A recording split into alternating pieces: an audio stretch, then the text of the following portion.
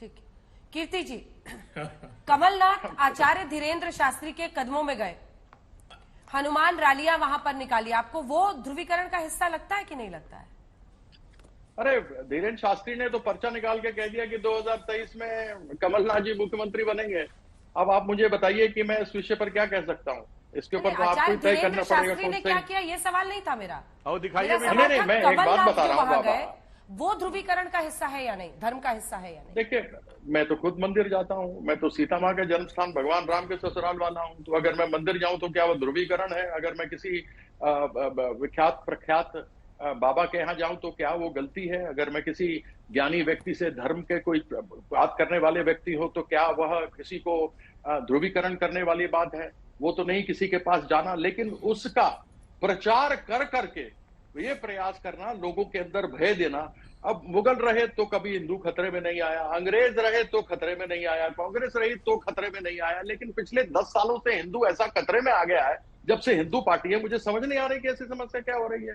दूसरी बात, एक आपत्ति है मुझे अंजना जी आपसे, मैंने 6 से 8% little knowledge versus no knowledge वाली बात आपसे की थी। Little knowledge is worse than no knowledge. आपने उसको इतने तरीके से घुमा करके कह दिया कि ये कह रहे हैं कि क्या लोग इतने अज्ञानी हैं, क्या इतने लोग बेवकूफ हैं जो मालूम नहीं है। ये मेरा कहने का अर्थात नहीं था। मैंने कहा कि एक पोर्शन है जो वोट है 41% 39%, बट इसमें 6 से 8 या 10% ऐसे लोग हैं जो वोट इधर से उधर करके जिता देते हैं। तो मैंने कभी भी अपने देश के लोगों को अज्ञानी नहीं कहा था। मैंने एक केवल उदाहरण दिया था जिसको कि आप संभवतः समझ नहीं पाई या उसको उस प्रकार से रख नहीं पाए, तो यह आपत्ति मुझे है। तो संभवतः आप इस आपत्ति को दर्ज करेंगे। दर्ज कर लिया गया, लेकिन इतना तय है कि जो जीत बीजेपी को मिली है उस पर 10 प्रश्न खड़े कर कर आगे की नींव जो रखी जा रही है उसमें अभय दुबे जी प्रॉब्लम है, क्योंकि तेलंगाना में आपकी जीत की कोई वजह नहीं बताई जा रही कि इसलिए जीते क्योंकि वहां आपने ये जहर घोला था या इसलिए जीते। एक मुद्दा और लेकिन जिस पर बहस होनी चाहिए अभय दुबे जी, क्योंकि वो सबसे बड़ी काट विपक्षी दलों को दिख रही है 2024 के लिए, वो है कास्ट सेंसस। आपने राजस्थान में अपने मैनिफेस्टो तक में डाला, वो तो ऐसे ही रह गया। मतलब जाति के आधार पर जो आप 24 की रणनीति बुन रहे थे वो लगता है कि फ्लॉप हो गया है विधानसभा चुनाव में। देखिए, ये 24 की रणनीति का प्रश्न नहीं है, ये सामाजिक न्याय का सवाल है, और वो उस पर आज भी हम पूरी प्रतिबद्धता दर्शाते हैं कि हम जातियों को, जो पिछड़े समाज के अंतिम पंक्ति के लोग हैं, उनको न्याय मिलना चाहिए, जिनको प्रधानमंत्री जी ने शपथ पत्र देकर सर्वोच्च अदालत में नकार दिया कि ये केंद्र का अधिकार है।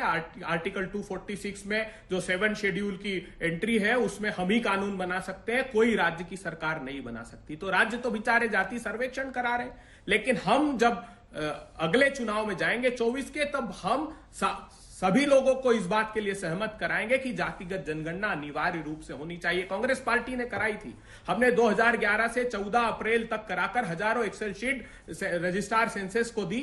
क्यों मोदी जी जारी नहीं करते? उसको छुपा ली, और आपने जनगणना तक नहीं कराई। विश्व का एक राष्ट्र बता दीजिए जिसने कि अपनी जनगणना नहीं कराई हो, सेंसस नहीं कराया हो, कोविड के बावजूद। इन्होंने शपथ पत्र दिया था सुप्रीम कोर्ट में कि हम सेंसस का नोटिफिकेशन जारी कर चुके हैं, 2021 में शपथ पत्र दिया, इसलिए हम जातिगत जनगणना कराने में असमर्थ हैं। तो अब कहां हुई प्रधानमंत्री जी? क्योंकि इस बात से भारतीय जनता पार्टी डर गई कि कहीं जनगणना कराई और जातिगत जनगणना को उसमें शामिल नहीं किया तो समाज के अंतिम पंक्ति में खड़े हुए पिछड़े वर्ग के लोग नाराज होंगे। इसलिए ये तो अब चुनाव में कहने लगे, इन्हें प्रांतों के स्तर पर ये सहमति देते हैं और देश में प्रधानमंत्री जी पाप बता देते हैं उसको। क्या सामाजिक न्याय का मुद्दा पाप है इस देश के लिए?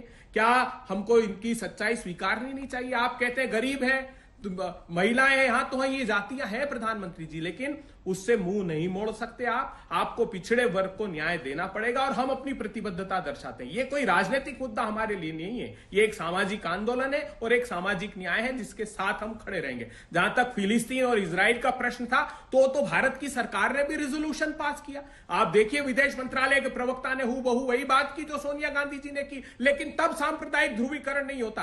कितनी निर्लज्जता से कांग्रेस पार्टी पर यह आरोप लगाते हैं। अपने दामन की सियाही तो मिटा लो पहले। आप जो देश का निर्णय है, हम लोग देश के साथ हैं, देश की नीतियों के साथ हैं।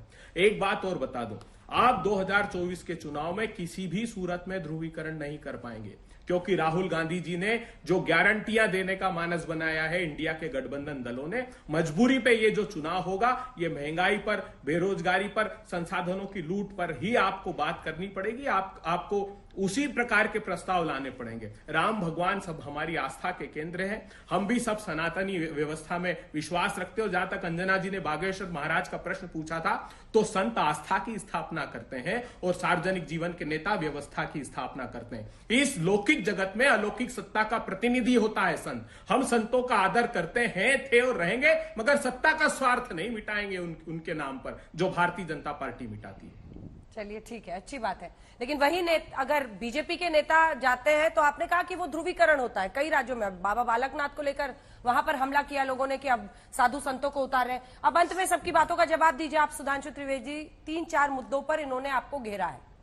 एक तो वही महंगाई का मुद्दा, दूसरी तरफ वो कह रहे हैं कि इन राज्यों में ध्रुवीकरण के जरिए आपने जीता, तीसरी तरफ कह रहे हैं कि 24 में इंडिया गठबंधन में ऑल इज वेल, आपको घबराना है।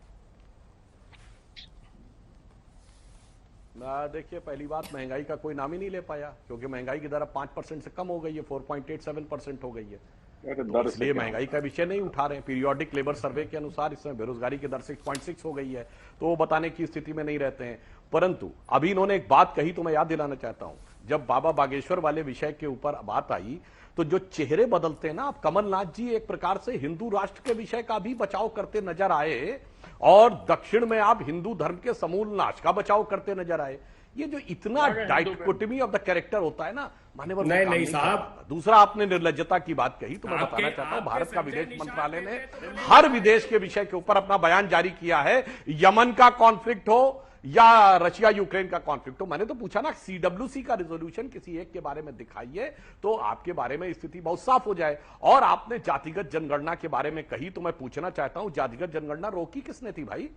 1951 में नेहरू जी ने रोकी थी, ब्रिटिश टाइम में होती थी, और उन्होंने कहा था कि अंग्रेजों की फूट डालो राज करो की नीति की है, तो कहिए नेहरू जी ने पाप किया था।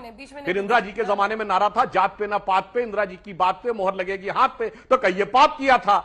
फिर राजीव गांधी जी ने 6 दिसंबर 1990 को पार्लियामेंट के अंदर बोला है कि हम कांग्रेस पार्टी जात पात में विश्वास नहीं करती, वो कहती है जात पे ना पात पे मोहर लगेगी हाथ पे, तो उन्होंने पाप किया था। अब उनके चश्मो चिराग आए हैं जो ये कह रहे हैं, खानदान के चश्मो चिराग की अब हम गणना करवा देंगे। तो पहले कहो भैया मेरे पिताजी गलत थे, मेरी दादी गलत थी, उन्होंने पाप किया था और दादी के पिताजी ने किया था। ये दोनों हाथ में लड्डू नहीं रख सकते। और जो बिहार में सर्वे कराया, ईमानदारी से बताइए कि उसका कितना सैंपल साइज था, कौन सा मेथोडोलॉजी थी, और बताइए कि किस